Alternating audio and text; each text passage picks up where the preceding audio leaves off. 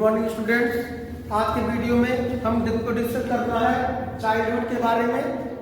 तो चाइल्डहुड एक अवस्था होती है जो समय के हिसाब से बीतती है। जैसे आप लोगों की उम्र जो है बढ़ गई है, ये मान के चलिए कि 15 ईयर्स के आप लोग हो गए हैं। तो 15 ईयर्स की जो उम्र होती है ये हमको रियलाइज कराती है कि हमारा बचपना गुजर रहा है। यानी कुछ ऐसी एक्टिविटीज हम लोग करते हैं जिसके द्वारा ये आइडेंटिफाई हो जाता है कि हम लोग अपनी कुछ चीजों को मिस कर रहे हैं। तो मार्कस मैथन जो बताते हैं वो ये कहना चाहते हैं अपने स्टैंजा के माध्यम से कि हमारी जो स्थिति है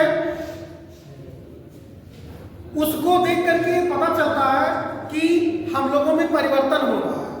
तो कुछ इसमें 3 स्टैंजा 4 स्टैंजास हैं, जिसमें से 3 स्टैंजा के बारे में सिर्फ और सिर्फ ये बताया जाता है कि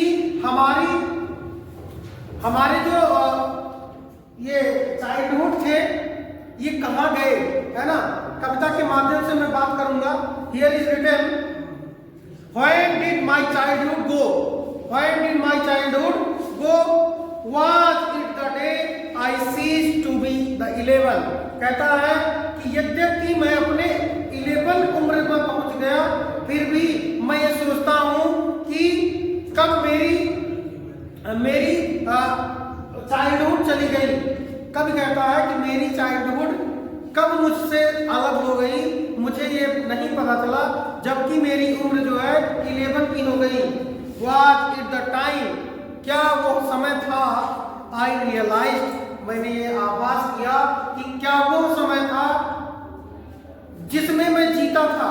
यानी जो चाइल्डहुड के कैरेक्टरिस्टिक्स को एक्सप्लेन करते थे, दैट हेल एंड हेवन, जो बचपना था हमारा, जो मैं एहसास करता हूं, ना तो वो अब स्वर्ग में मुझे मिलेगा और ना वो नर्क में था।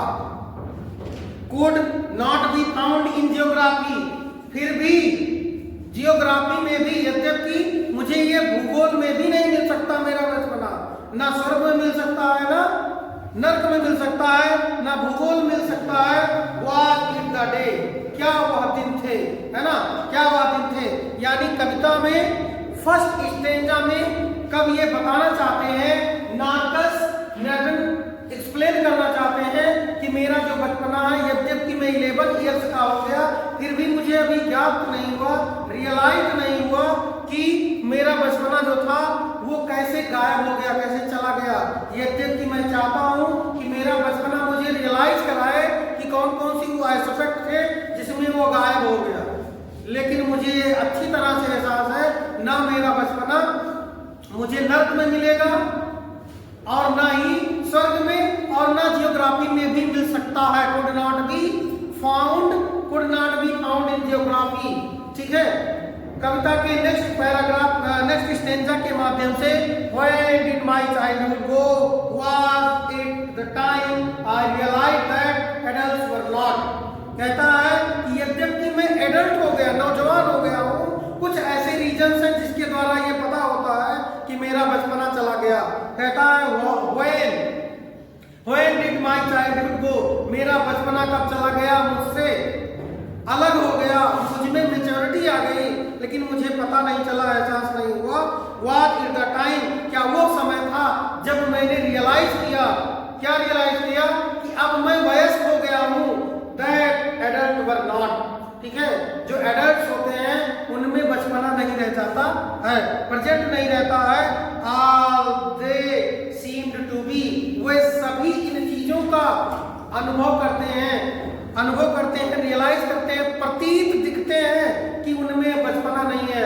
All adults who meets to you, they are not giving a single symbol, that's why you can identify that they are thinking and looking or identifying childhoodness। यानी कोई भी एक एडल्ट जब आपके सामने दिखेगा तो उसमें किसी भी प्रकार का कोई भी कैरेक्टरिस्टिक आपको देखने को नहीं मिलेगा जिससे ये ज्ञात हो कि इसमें अभी बचपना है। मीन्स उम्र गुजरने के साथ साथ बचपना का अपने आप दूर हो जाना और बचपना की जगह मैच्योरिटी का ले लेना, ये बहुत बड़ा मायने रखता है। इस बात को जो है ये मार्कस नर्टन आभास करते हैं, रियलाइज करते हैं किस एज में, एडल्ट होने के एज में, और कहते हैं they talked of love, they talked of love and praised of love. और जब वही व्यक्ति बचपना छोड़ देता है, एडल्ट हो जाता है, तो वो क्या करता है, बात करता है, प्रेम की बात करता है, एक साथ रहने की बात करता है, और हमेशा अच्छे से जुड़े रहने की बात करता है। जबकि वही व्यक्ति जब बचपन में था तो इन सब चीजों से एकदम अलग था।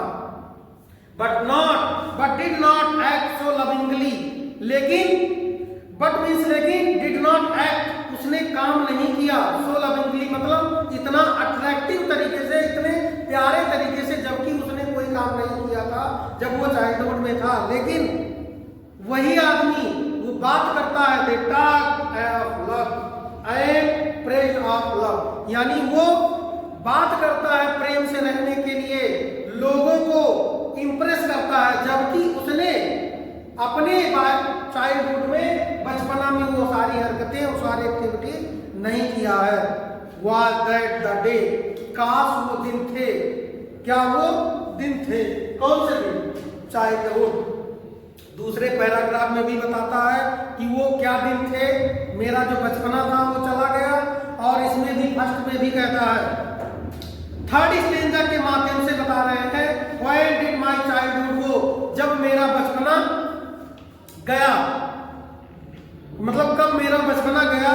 Was it when, क्या वो, was it क्या यह था, when means जब, I found my mind, जब मैंने अपने माइंड से अपने आप को आइडेंटिफाई किया, एब्जॉर्ब किया, सेट किया या परीक्षण किया अपने माइंड का मानसिक रूप से, एंड रियली माइंड, तो मुझे ये एहसास हुआ कि वास्तव में वो मेरा माइंड ही मेरा माइंड है। फिर कहता है टू यूज, प्रयोग करते हैं, हम लोग प्रयोग करते हैं, विच एवर, जहां जरूरत मुझे पड़ती है, वाज आई चूज, कहता है कि मेरा बचपना कब चला गया मुझे पता नहीं हुआ, लेकिन मुझे तब यह एहसास हुआ कि जो मेरा माइंड है मुझे खुद से ही यूज करना चाहिए। यानी बचपना जब चला जाता है, लड़के जो बचपन में होते हैं वो अपने माइंड से कम चलने पाते हैं। मेले में गए, पापा कह रहे इधर चलो, रिश्तेदारी गए, पापा इधर कह रहे चलने को, लेकिन वही आदमी जब वयस्क हो जाता है, एडल्ट हो जाता है, तो वो उन हर चीजों को अपने ही द्वारा माइंड के हिसाब से उसको डिसाइड करना होता है। कब इसमें पोएट जो है इसमें एक्सप्लेन करता है, to use whichever I way I choose, जिन रास्तों को मैं पसंद करता हूं उस पे मैं चलता हूं। प्रोड्यूसिंग थॉट्स, विचारों को उत्पादन करके, that were not those of other people, ठीक है, जो पहले नहीं दूसरे लोगों की तरह हम लोग नहीं करते थे, लेकिन आज के समय में विचारों को प्रोड्यूस करते हैं, अपने विचारों को उत्पादित करते हैं अपने हिसाब से, और खुद की प्लानिंग करते हैं। ये साबित करता है कि बचपना अब नहीं है, चाइल्डहुड अब हमारे अंदर नहीं है, because of if we are taking decision in own mind and we are using whatever necessary usually my mind, so that is very important act.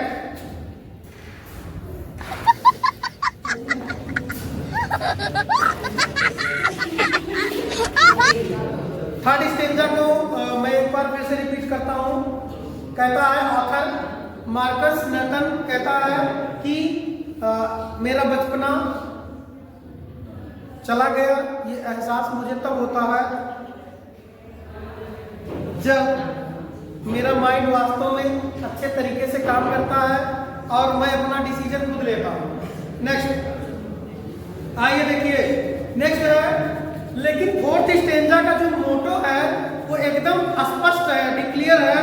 कहता है where did my childhood go, मेरा बचपना कहाँ चला गया, मेरा बचपना कहाँ चला गया।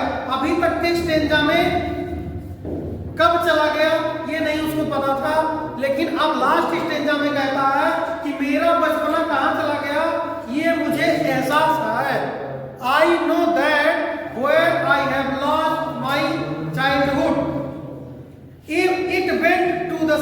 फॉरगॉटन प्लेस, ये चला गया है कुछ भूले हुए स्थान पर। क्या चला गया है?